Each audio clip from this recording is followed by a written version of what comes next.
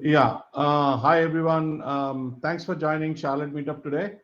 Um, we are going to talk about like anypoint monitoring, and we'll also talk about like how you transform the employee engagement through with automation.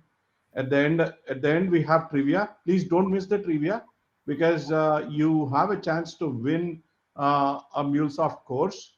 So please do stay until the end of it because there will be three winners will be announced today. Okay. Yeah, and they'll get a training as well as certification voucher. So there are two things. So yeah, don't miss it.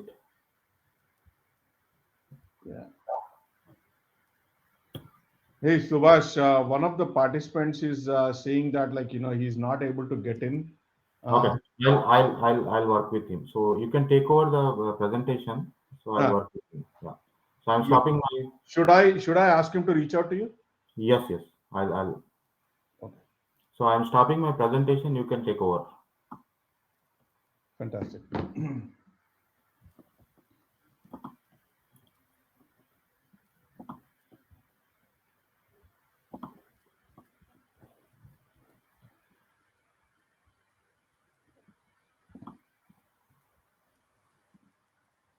Guys, let me know if you can see my screen or not.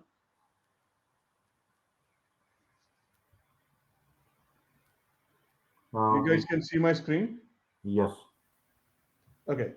So here is, I want to introduce this product, Anypoint Monitoring, and then why monitoring is important for our work and how we will be using various aspects of monitoring and visualizing how we can visualize things and then how we can make sure that like our implementations are always up and running and things like that, and then detect something prior to even before the failure and then take care of it. So that's the essence of monitoring. I'm pretty sure like most of you has have used monitoring in the past, various kinds of monitoring, but any point monitoring is like MuleSoft specific product. It also comes with a visualizer. So let's go and see what it offers us. Okay. um, so reduce mean time to identify. That's what happens is like when you are in a production setup, when you are I mean you have deployed many applications onto the onto your servers, and then now you need something concrete to basically monitor and then see maintain the health of your APIs, correct? So we use anypoint monitoring to reduce the mean time to identify where the failures are or the where the potential failures are, and then uh, remediate that. That's one of the advantages it brings onto the table. The other one is like you have to ensure high performance, we use something called functional monitoring. Okay.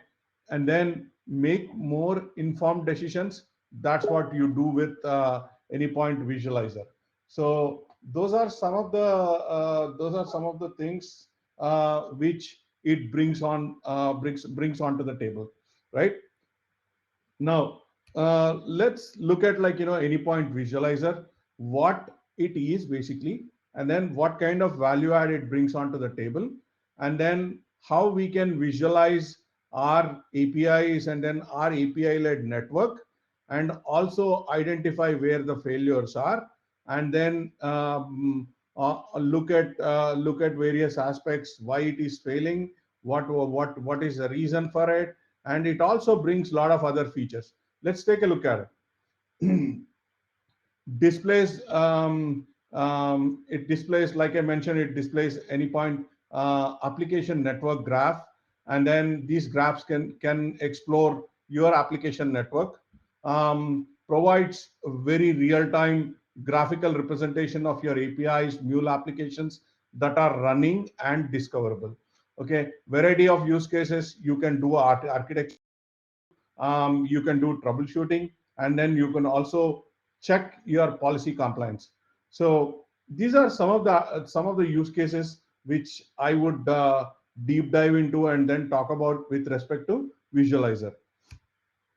So visualizer, I mean, like, you develop like say different kinds of system APIs. Like say you have about, like say, for example, for number's sake, like let's take about 10 systems in your landscape, and then you build your system APIs on top of it, and then you have like say 15 different processes, like which you need to take care of. You have built like say another 8 or 10 process APIs, and then you have experience APIs on top of that. Some for mobile viewing, and some for your some for your internal customers, and then some most of them for your external customers. So those are some of the things which, yeah, which you have built now. Now you need to make sure that, like, your APIs are all looking good. They are doing what they are supposed to do, and things like that. And then where the failures are, like, look in this diagram, right? Like, there is your already your system API is down, your customer API is down, and then your process API, where you are merging the customer data, it is kind of because since your customer API is red, I mean, like, it became orange.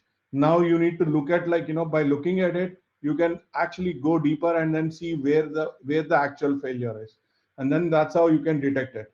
And then, like, your green APIs, like, whatever is running perfectly fine, they are all showing up in green. Which slide are you on, Arvind? Because we can just see slide number 5 currently. Number 5. uh, what are you seeing on the screen?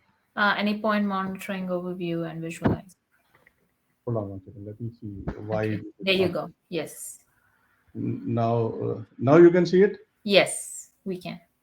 So let me see. Thank you for stopping me. So this is about your visualizer, okay? And this is how it looks like when you actually have your API network built out. And then I mean, here you can see how many APIs have got, like, certain policies applied on top of it, and things like that. Now, let's look at other use cases, right? Discussing that, I mean, like, now you have built it. Now like, when you look at this diagram, and then somebody gives you a feedback saying that, like, hey, you know what? This API needs to. There is another API which you need to add, or, like, uh, visualizing where you are, what your in-flight development, and what is its impact to architecture. If you add a new API, how will it impact to your architecture, or, like, reducing time for production issue identification. All of these things will basically, it also ensures your policy compliance. If you don't have a policy applied on a particular API, certain security policies are very important on your experience APIs, because you don't want unnecessary traffic to come in, and then I mean, like, inject some kind of the malicious XML content, or, like, JSON content, which can mess up your entire API network, or, like, it will affect your end systems. So we don't want that to happen, right?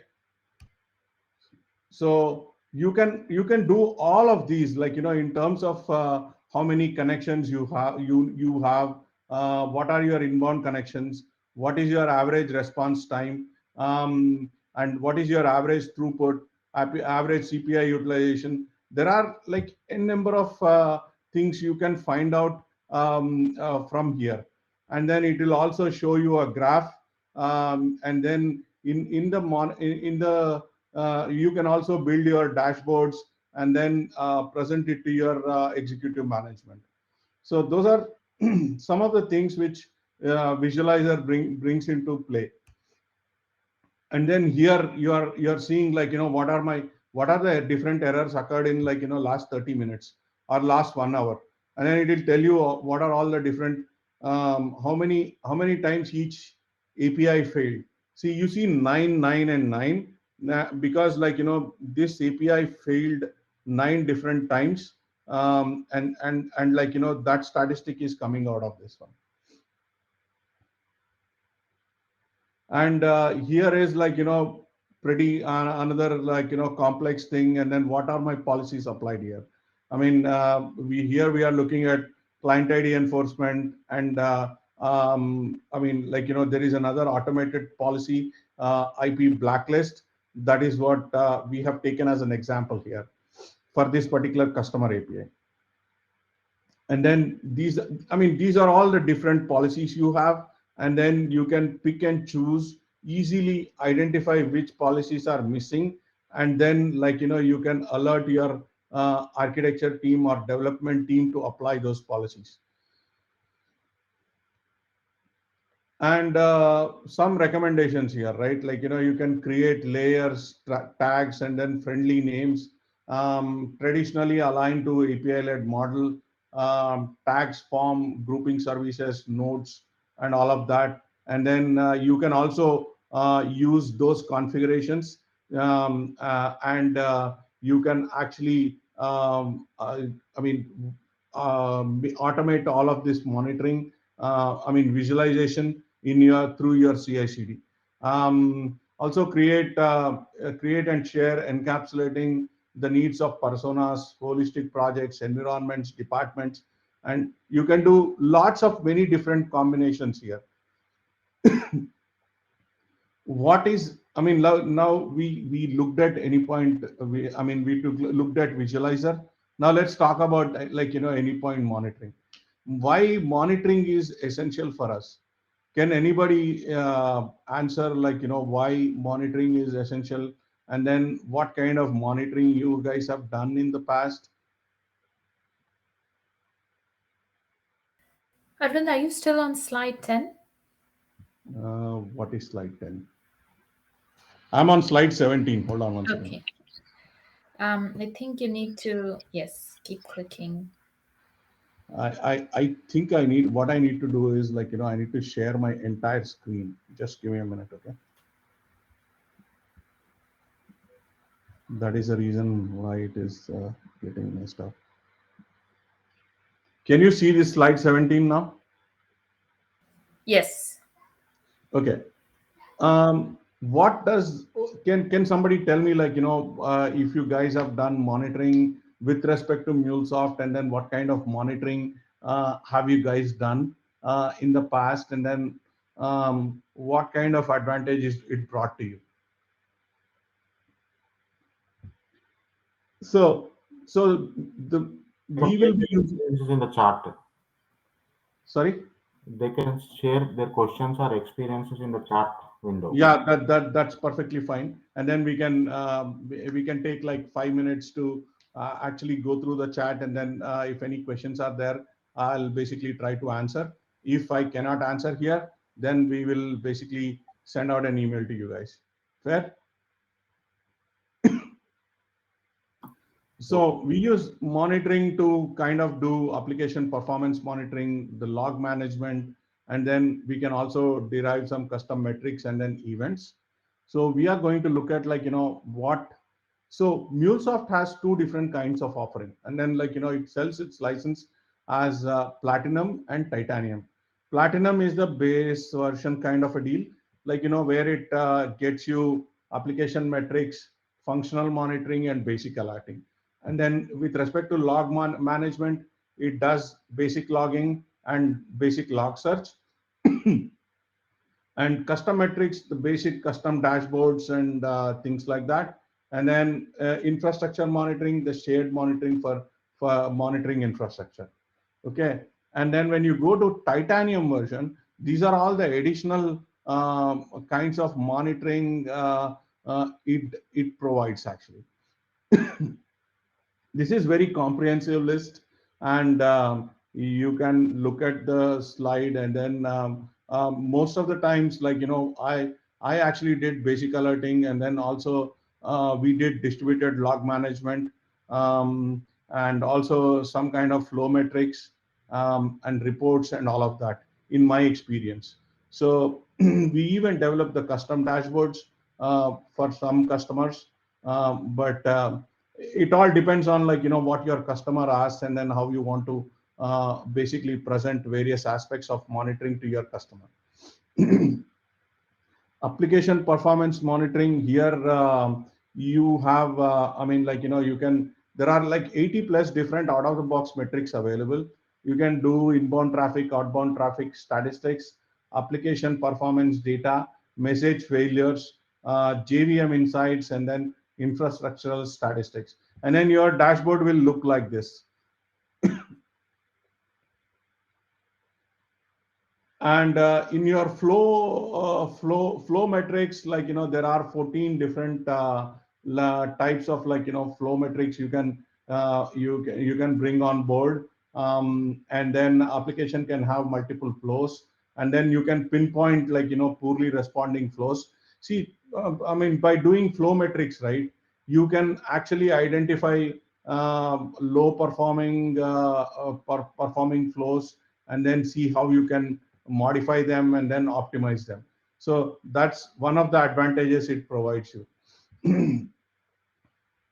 And then connector metrics, like, you can see what are, how many Salesforce requests have been made, what is my Salesforce connector response time, and then how many failures did I get on while making my Salesforce calls, and how many database requests, how many I mean, like, what are my database response times. These are very critical, right? Like, when you are targeting high performance systems, and then high performance integrations, this is very critical to gauge, like, where my performance is, what are my response times, how can I optimize. These are some of the aspects which we always need to keep in mind, and then help our customers, or, like, our, I mean, make sure our projects are properly monitored, and our enterprise landscape for integration is properly monitored.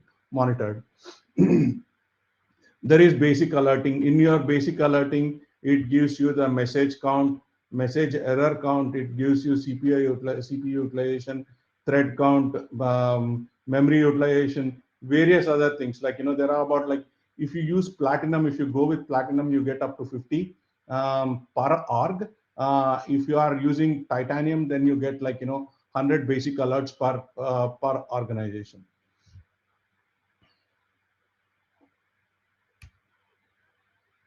We also have advanced alerting. Advanced alerts are basically built into a custom dashboard, tracks trends, and create alerts triggered by conditions, identify and address abnormal behavior, quickly pinpoint issues in your network.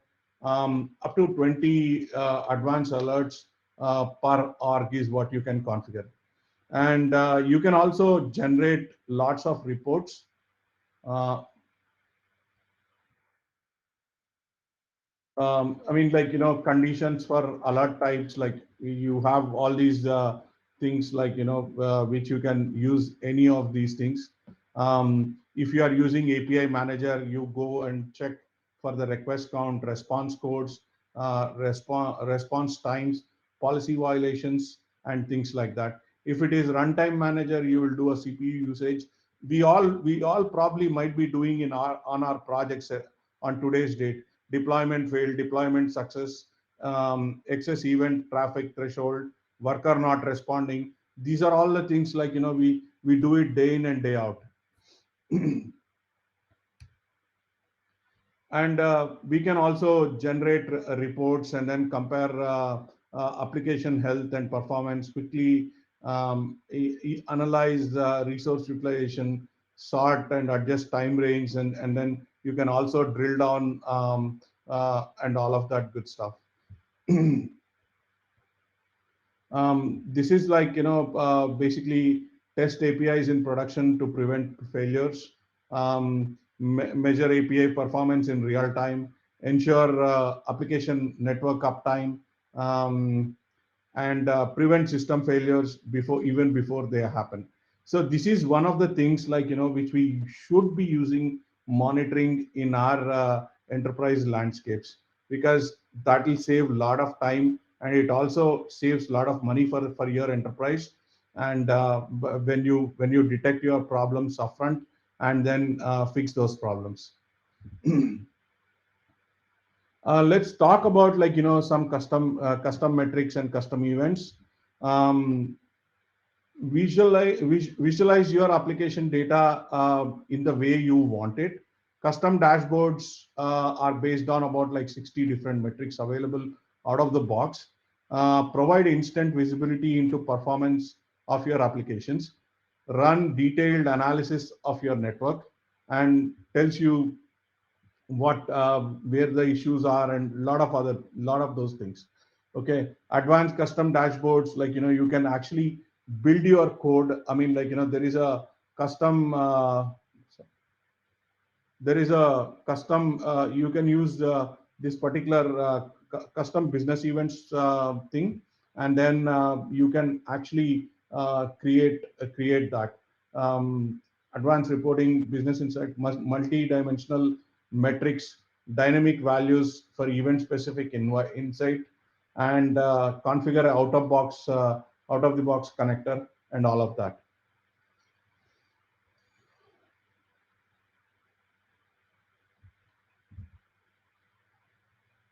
And let's talk about log management.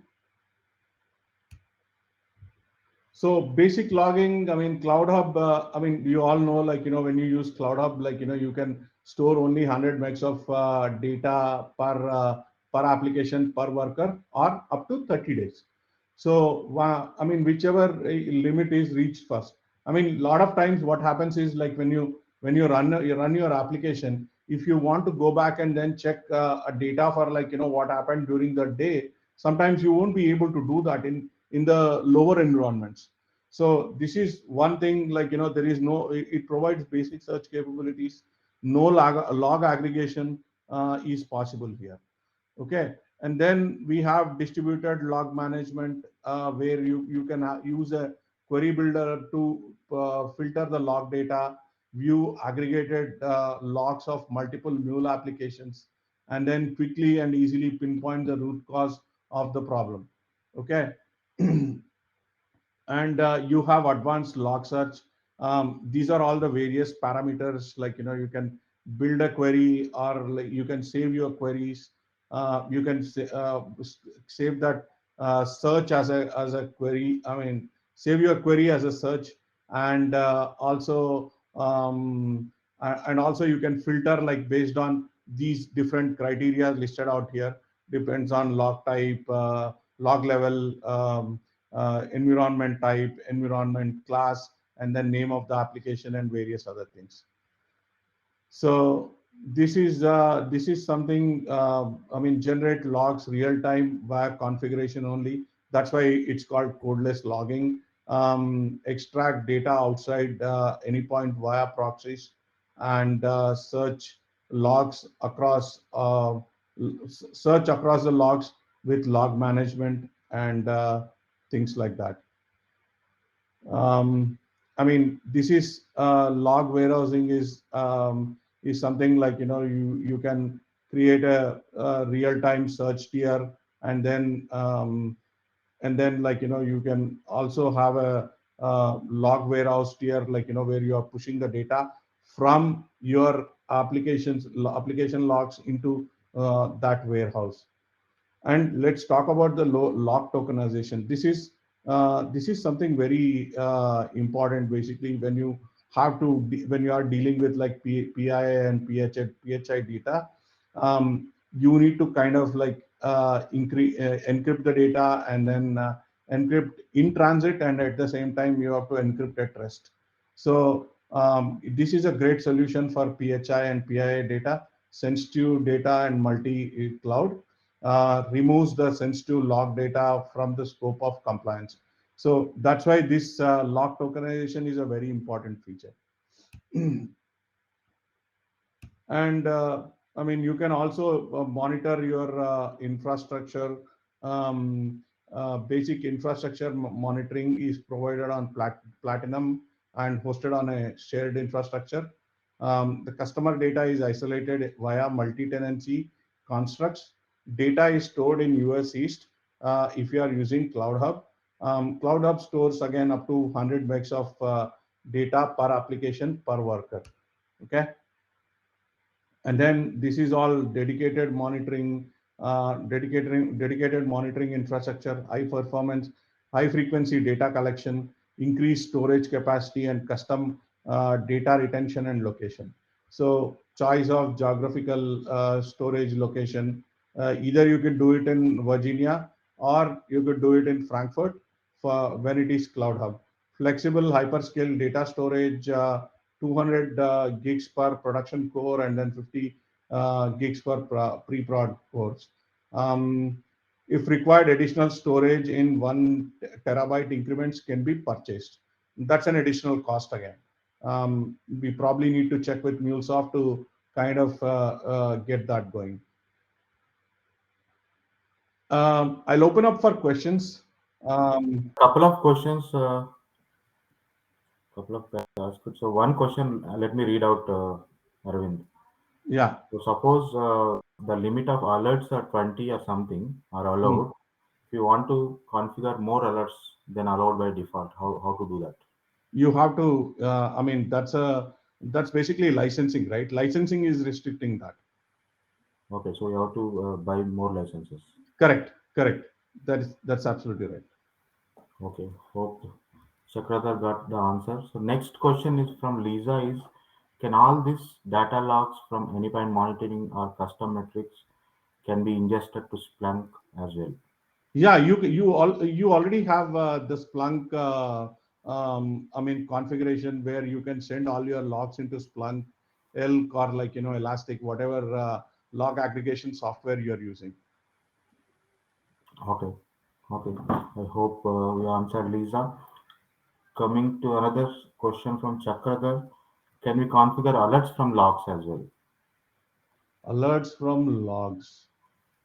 Not that I haven't done, but I'll have to check on that. But I for sure know that you cannot do that. Yeah, you can do from the logs of the Cloud Hub, not from the logs of the Splunk, I guess. Correct. You already sent it to Splunk, but from the Mhm. Cloud Hub, yes, I think we can do. I mean, Yeah. we have to call a platform API to get the logs and send an email. Yeah. That's a But custom. that's a tedious thing, right? Why do we want to do raise alerts from the logs? Right, right. Yeah, true. So, any other questions, team? You can type your questions. We have some more, Yeah, three we more we, minutes. we do have some time, so please do let us know if you have more questions. Okay. Yeah, please let us know if you have any questions. So, there. Otherwise, Pooja can start her session. So, we'll give a couple of more minutes, 2 more minutes. Okay.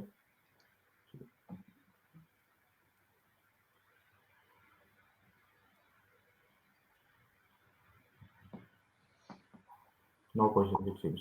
Pooja, you Yeah, can start. Pooja, you can start. Okay, there was one question, last question. So, Okay. can we just mask our values instead of using tokenization? Yes, right. You can. I mean, if you have another way of doing what tokenization does, very well. I mean, if you can handle all of that on your own. And um, tokenization, for your information, Kishore, tokenization is not, you won't get it by default. You have to purchase extra license for that, for I think tokenization. it's tokenization works very well on the RTF platform, isn't it? Yeah, that is correct, but it's not out of box functionality. You have to buy Correct, extra. correct, And if correct. you have any internal solution or custom solution, then you can continue using the existing solution. But if you want to get use of the Anypan platform tokenization, then you have to buy extra licenses. So there is a question for Lingeswara. His question is application outage notifications are configurable. See, already when you are I mean, when workers are down, right? Worker not responding, right? That alert is already there. So that's kind of can be served as one such notification. when your application is down.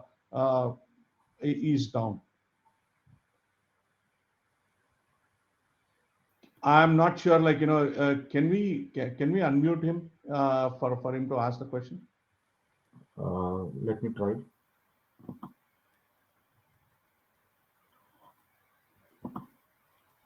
I think I'm unable to do that. So he can ask, he can type his question. If he didn't get the answer, we can type his question, or we can answer it at end of the session. Okay. That's also fine. We can open up questions for both the presenters at the end. Yeah. That's also fine. Okay. Right. Thank you, Arvind. Yeah. Thank you. Pooja, you can go ahead.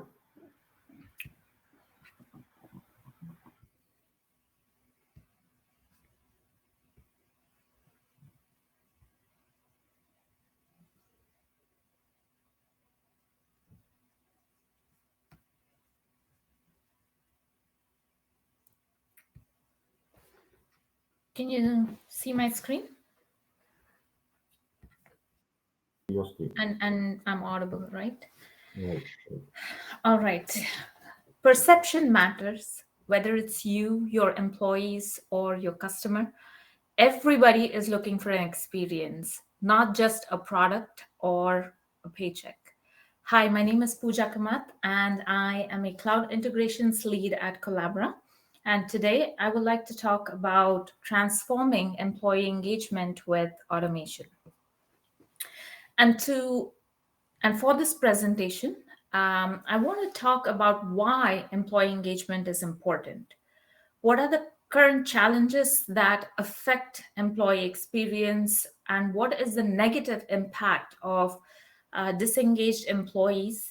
How automation can help solve some of the problems that employees face, and make a case for MuleSoft, how MuleSoft can help drive automation where Anypoint platform fits in. So, employee engagement, the harnessing of organization members to their roles is called employee engagement. Here, you're not assigning a role to a member, but rather harnessing that member self to their roles. And this employee engagement helps employees express themselves cognitively and emotionally and leads to employee satisfaction. It helps boost productivity and helps your organization to retain employees. Now, does this mean that all satisfied employees are engaged employees? Not necessary. So, satisfied employee may be happy, they may be doing their job, but an engaged employee is going to go above and beyond to further the interests and reputation of your organization. They're going to build a community. They're going to have great relationship with their colleagues, their reportees, their managers, and all of this is going to help your organization. It's going to help boost productivity, and it's going to help in retention. Disengaged employees do spend the same amount of time and they are consistent, but they are spending a lot of time performing mundane tasks that are boring, that don't really add any value to the organization. Research says that companies with highly engaged workforces outperform their peers by 147%.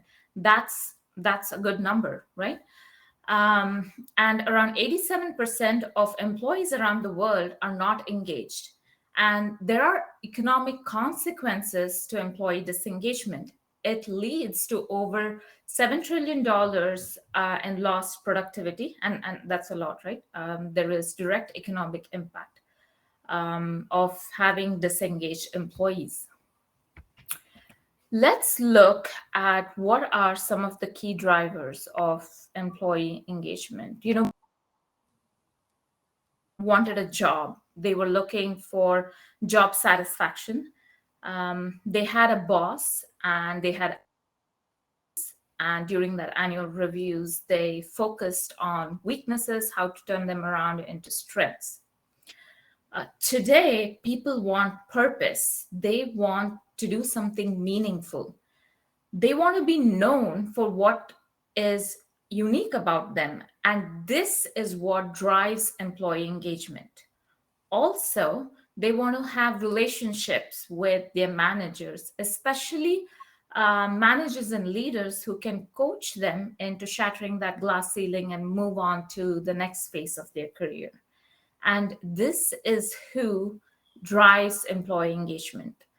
So you have a need, you employees want meaning, they want purpose, and they're looking for someone who can coach them, who can mentor them to achieve this. One of Gallup's fascinating discoveries was that team leaders and mentors account to about 70% variance in team engagement. So you want your employees, the managers who are managing your employees, to have the time so they can help develop the team. They can contribute, towards the growth of your organization. You want them to have the time to have an ongoing conversation where there is a focus on strength, which in turn gives purpose and meaning to their job. Automation has a lot of benefits, right? Automation can improve the security of your organization. It can bring operational stability. It can reduce costs. It can improve reliability. But most of all, it helps your teams become agile. It helps. It helps in accomplishing these repetitive tasks. It helps basically automate these repetitive tasks, so you have more time for complex creative things. Your employees can focus on building relationships with employees. Everybody is focused on managing concerns and not doing the same thing over and over again. And also they have time to train and upskill. And these are important. This is important because we saw that these are key drivers for employee engagement. You want your employees to have time so they can do meaningful things. You want them to build relationships so they can have, a sense of community, a sense of belonging, and that definitely helps with employee retention. Now let's look at some of the challenges that teams face and why they're not able to just go ahead and automate, right? One thing is data is spread across many backend systems. You have HR systems and backend systems that are not really connected. Say in your organization, you use Workday HCM to onboard employees, and then they also have to work on Salesforce, right? Then that person, whoever is doing the onboarding, they have to do it twice. They have to enter all this data, almost similar data, into Workday, and then they will have to do the same thing at Salesforce because there is no connectivity between the two. Or sometimes you have sensitive data that needs to be transmitted. And this increases and introduces complexity in your organization. And essentially, you will have to find effective ways to automate and reduce this complexity so you can have increased connectivity and your systems can talk to each other. Today, it's very, very important for organizations to have a strategy for digital automation, right? It's important. And then when you build on this digital automation, you want to build solid foundation for your automation so it's not affected by connectivity problems. So let's look at some of the ways in which you can, some strategies that you can include in your automation journey to stabilize and build a foundation, a great foundation, which can scale in the future. So you want to include composability, you want central governance, you want a full range of automation types, you want omni-persona support, and you want neutrality. Let's talk a little bit about composability, right? You want a composable enterprise, and a composable enterprise is adaptable and flexible. So when there is disruption, it's easy to recover and innovate. And what do we mean by a composable enterprise? You basically have building blocks, your data, your processes. So you make building blocks that are complete, and then connect them together to make your products or to implement solutions. And Gartner actually calls these building blocks as PBCs, packaged business capabilities. And when you have these packaged business capabilities, which are basically your connectors, your APIs, your libraries, error handling libraries, or other libraries. When you have these, it's easy to access them, to repurpose them, and that improves connectivity. It reduces complexity in your organization. Now, once you have these building blocks, you definitely want a platform where you can offer these building blocks, where you can manage the building blocks, you can secure them, and this needs to be the same. So you want central governance. You want a place where you can have all of this and manage this and in a consistent manner, and that's where centralized governance comes into place. And then you want to be able to apply the same standards for all your automation. It does not matter if your automation is a simple automation or it involves complex transformations and business processes. You want to apply the same best practices and security to all your automation. You also want to empower both your business users and your developers alike to deliver on automation, to deliver on insights. And to do this, you have to make sure that there are enough opportunities, even for your business users, to implement automation. And the last thing is neutrality. One of the most important things about having a composable enterprise is that your building blocks, the PBCs that you have, they need to be open for consumption. You need to provide your partners and consumers the freedom to utilize them in a way that makes sense to them, to avoid, lock-in. Let's dig a little deeper into what a composable enterprise is, because this is the most important strategy that you will have to include in your automation journey. So in a composable enterprise, your business processes and your data are assembled by APIs. And then these are open to your partners and your consumers, so that they can consume it easily. Your business user should be able to create front-end applications and access data on demand.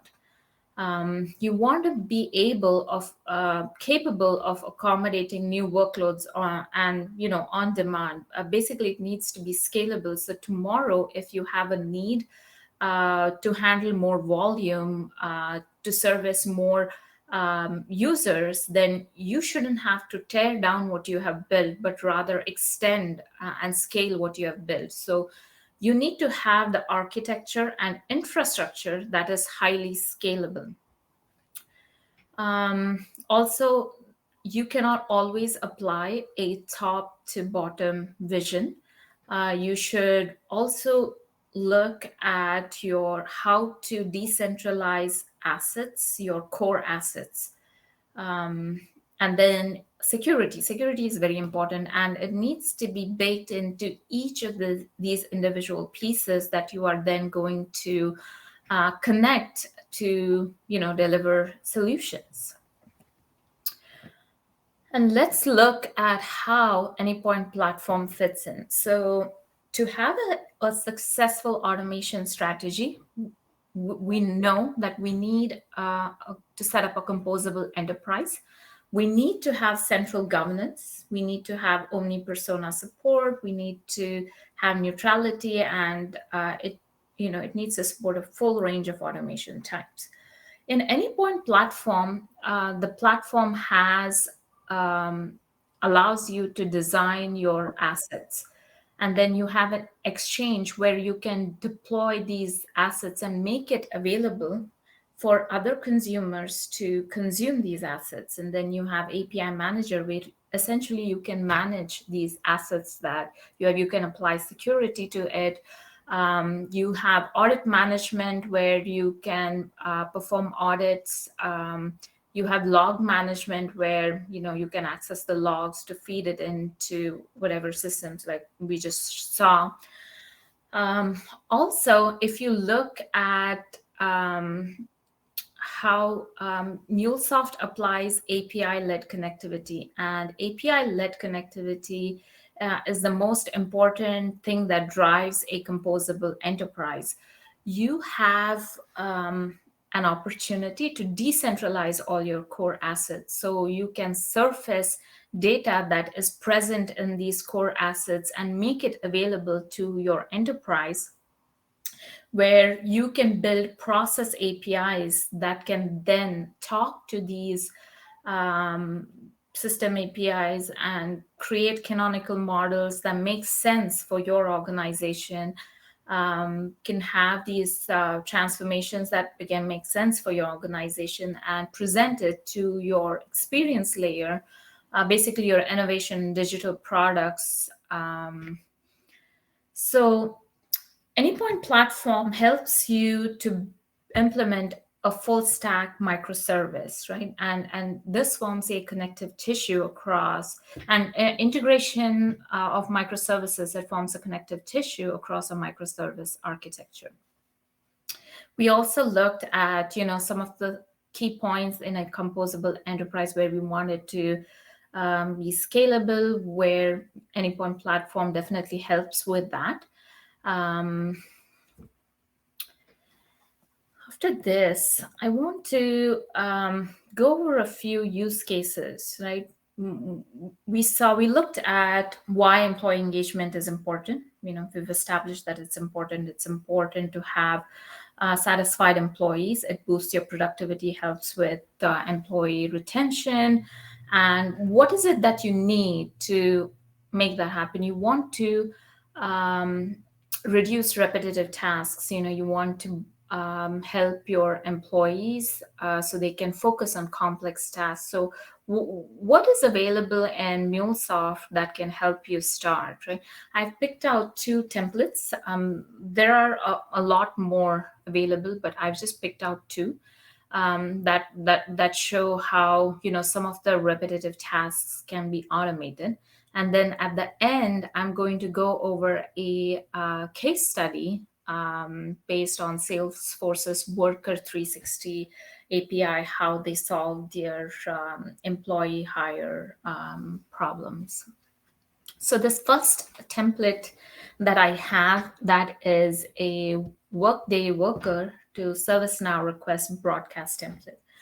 So basically, and when a new employee is hired, here, this is the use case, right? This is the problem statement. We are trying to send in 2 requests, one to set up a desktop and another service to set up a computer. One to set up a desk and another one to set up a computer. So here in this template, we have Workday, which is polled at intervals to receive new modification of employees. And then employee data is processed to identify which of them are new hires. So you can send service requests for a computer and then for a desk. This is, if you open the template, this is how the flow looks like. So basically, you're polling Workday. And then once you get that information, you are pushing it through a batch process where this employee information is processed to identify which of those are new hires, and then you send that request to service now to create a desktop and computer. So usually you use batch processing to handle a large number of data. And in batch processing, what happens is you have a load dispatch phase, you have a process phase, and an on-complete phase. And the payload that comes in, that payload is split into records, and these records are placed in a persistent queue, which is then queried and scheduled in blocks to be processed. So each of these blocks get processed independent of each other, and that's how it enables parallel processing, and it's faster. So that's what's being done here. The Workday worker, you can set it up as a source, right? Or you can set it up as a connector in one of your flow. As a source, you can set the Workday connector to activate the flow whenever an object is modified. You can do that. Or to initiate that flow, you can use the HTTP connector and send a request to it, or you can set up a scheduler to do this. So basically, on a time-based condition, that flow is triggered and then the processing continues. Or you can set it up as a connector in a flow. I just put some details. I know every time we have questions about how do you authenticate, so I just put this. These are the two authentication type that it allows, and if you want to connect to multiple tenants, you can have an expression here instead of a tenant ID. And for X509 authentication, you just put in the key store file and type and your passwords and your algorithms. This is another use case. There is another template where you broadcast hired employees from Workday to Salesforce. And this is, say you want, as soon as an employee is onboarded in Workday, you want that employee to be a user in Salesforce with a specified permission set, then you can automate this process. And you can leverage these templates. These templates are base templates, they're available, and you can build on it to, add complexity to do more things than just, do a hired employee broadcast. So even here, the integration is triggered by a scheduler, and new or modified employees are passed through a batch process, and in a similar way the processing occurs, and then the user is fetched from Salesforce by email and mapped to Salesforce input data structure with the specified permission set, and then every user is sent to destination instance to basically which is Salesforce, where it is asynchronously updated or created. So this is how the query flow looks like. You can set up watermarking, so so your query always queries from the last query timestamp, and you use object store to store that timestamp. So you have persistence, if your application gets restarted. This is a case study. This is a Salesforce case study, transforming employee onboarding experience through HR automation. So they had a problem. Only 36% of their new hires got a laptop on the first day. And to solve this problem, they used a API-led approach, and let's look at it. They built a reusable worker 360 API. So this is how it looks like, and they have built these system APIs which are used to surface data which are used to basically decentralize connectivity. And then all this, onboarding status, worker and employee emails is their process layer where they do processing and then expose this via the experience layer, which can be consumed, by these various different APIs for various different platforms, right? They have web, mobile, and then marketing API, which pulls for their marketing team. So because of this, now they are around 96% of their employees are set up on day one, and that's incredible, right? Going from 36% to 96%. And this was all by combining system APIs, adding business logic, to create that reusable Worker 360 API. All right, I'm going to stop sharing here. Do you have any questions?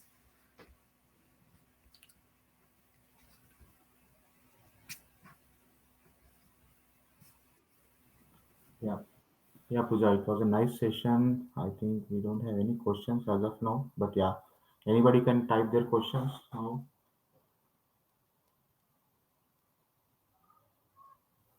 Yeah, before, Me and Pooja, yeah, you guys can go ahead and then ask your questions. yeah, you can answer Lingeshwara question. Application outage notification are configured like he said, 5 errors in 2 minutes. I Yes, it is configurable. Like there are out-of-box notifications, and and there then are you need to write some custom notifications. Probably this falls under the custom notification. I'm not sure, like, if you can really do number of notifications out of the box, number of yeah, errors and things like that. you can write your custom notifications, and Yeah. you can use the anytime With custom platform. notification, it is possible. Yeah. It can be done. Mhm. So, any other questions? Maybe my question, Pooja, like Workday connector, right? So when we are using that Workday connector, you talked about that 509 certificates and other certificates. Can we again talk about that? Like there was some glitch while you presenting at the time, so you Oh, want again only that sure, presentation? Yeah, sure. Do you want me to share? Let me share my screen. yeah.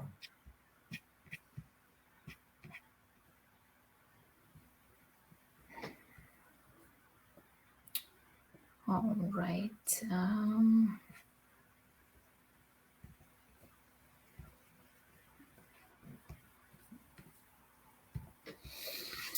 Okay, this it's basically the authentication type it supports. And I know usually, when you look at connecting with via connector, that's the first question everybody asks, right? Right. What's the authentication mechanism? So that's why I have it here. And I was just going, and I was just saying that if you want to connect to multiple tenants, then this here supports expressions. You can enter tenant ID, or you can put an expression. Okay. And you can inject values from property files, for multi-tenant or for that tenant ID. And for this, basically, it allows you to add your key store file, identify your algorithm, and your password. Okay. Yes. So Workday doesn't have any security like OAuth 2.0. It only basic. Currently, yes. Okay. That was one of the questions I had. Like, can't we do OAuth or JOT tokens or anything like that on But this it's one. a, providers, right? So they have this only. So we can connect using this only. And I think our connector, Workday connector, has this configurable, right? Out of box. Pooja? Correct. Yes, yes, correct. Any other questions?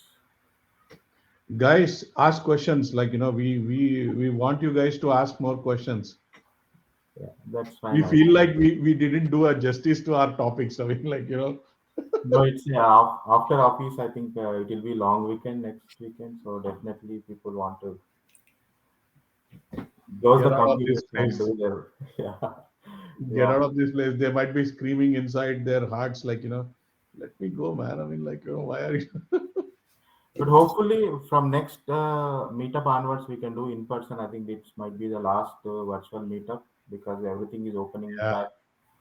Yeah, true. We are planning for a in-person meetup, and that will also go virtual, because, like, now we can do both virtual and in-person together at the same time.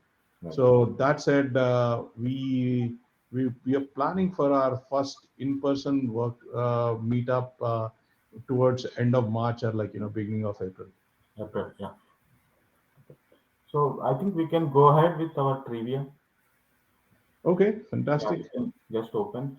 So before starting this trivia, just let everyone know that so we have some trivia questions which are from the both sessions, Arvind's and Pooja session only. The questions consolidated from that sessions, and it will have multiple choice answers. So you need to type in the chat window the answer. Whoever answers first, that there we will pick the name of the winner. Okay. So yeah, get ready. Guys, here is your first question. Yeah. Okay, I think answer is Ye. Who answered this question? One minute. Don't go next. Answered by Neil Reddy. Okay, so yeah, with the answers, if you have any, questions further, we can, discuss again later. Okay. Yeah, 1 minute, Arvind. I'll draw a line so that you can go to next question. Okay, next question. Who won this question? Who answered this question first? Neil Reddy. Neil Reddy. Okay. Next question. What permission is required to create views and make customization to existing views in independent visualizer? Okay.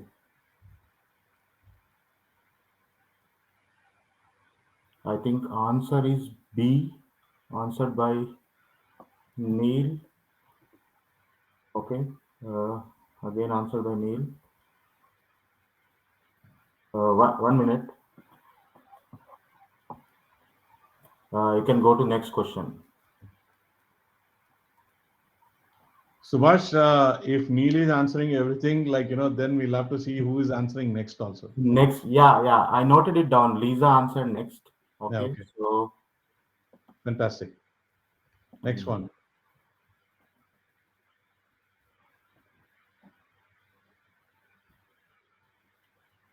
yeah, this is C. Again, Lisa and Kishore. So I'll write Lisa in second and Hmm. Kishore as a third. Okay. Okay. Should we go further, or One more question. Yeah.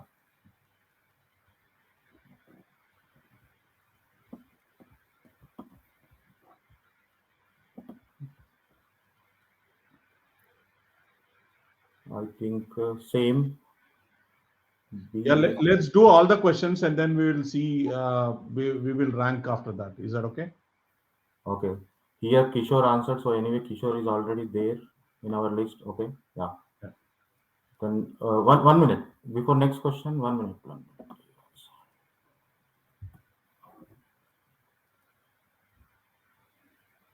Yeah. B is correct. Lingeshwara answered first. Mhm. Okay. So fourth one is Lingeshwara. Okay. Uh, okay, the sixth question. Go to next question. Fifth question. Yeah, fifth question. I think 1 minute.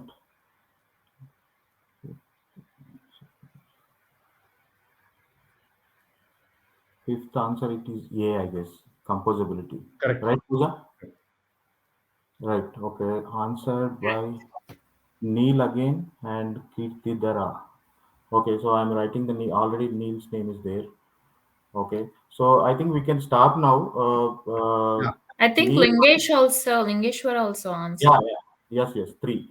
So because Neil answered more questions, I think we can give one voucher. Like and Lisa, Kishore, and Lingeshwara, we can uh, run that wheel of names so that I mean we can take one out of them, two out Correct. of them. Is it okay? Okay. Okay. So let me I'm run that. ending the slideshow, and you can go ahead and then share your screen. Okay. Uh, just a minute.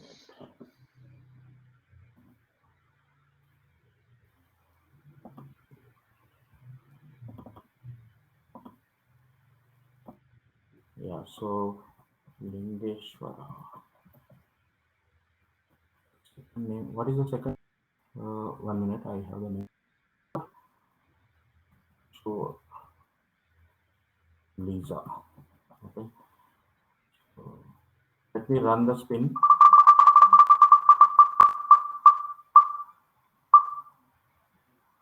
I think Lisa, and then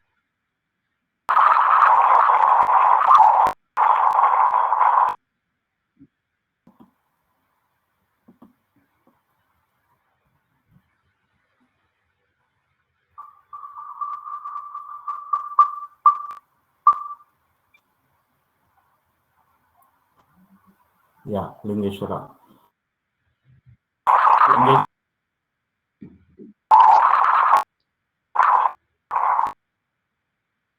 So congratulations, Lingeshwara, Neil, and Lisa. So can you type your email IDs in the chat? Yeah.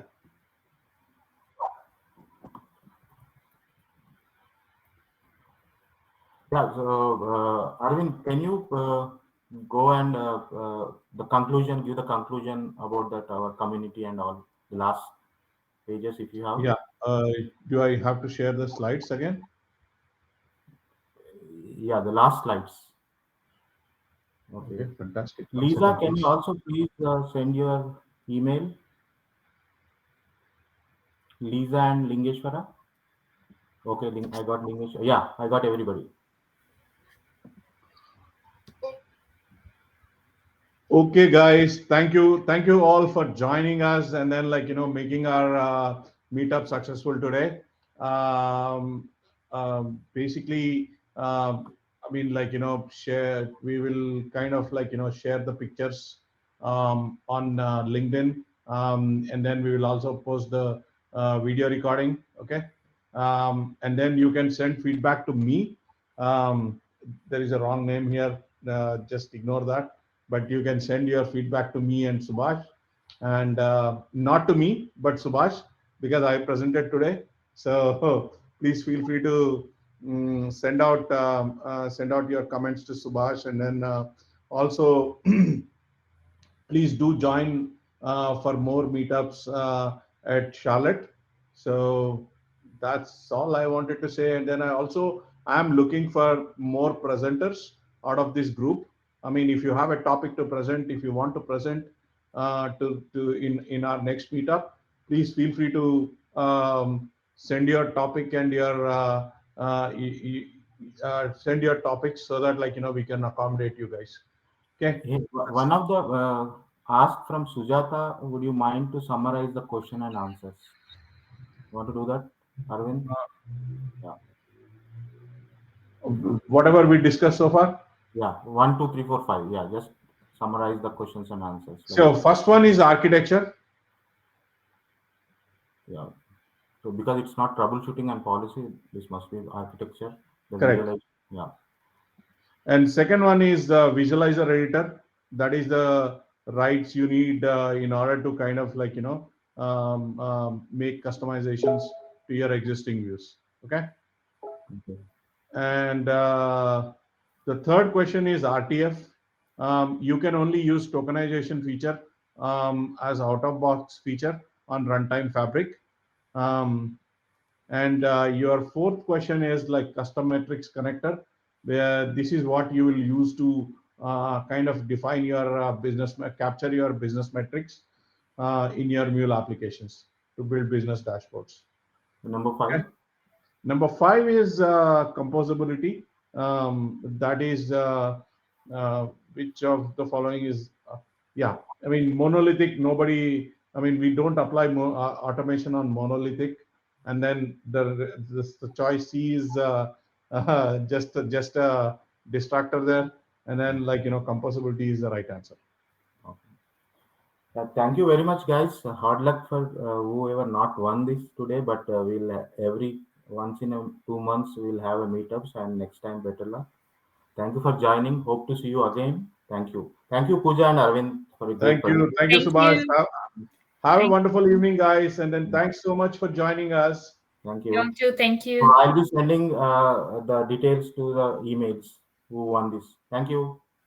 Hi, guys. Have a Thanks. good one. Bye Bye. bye.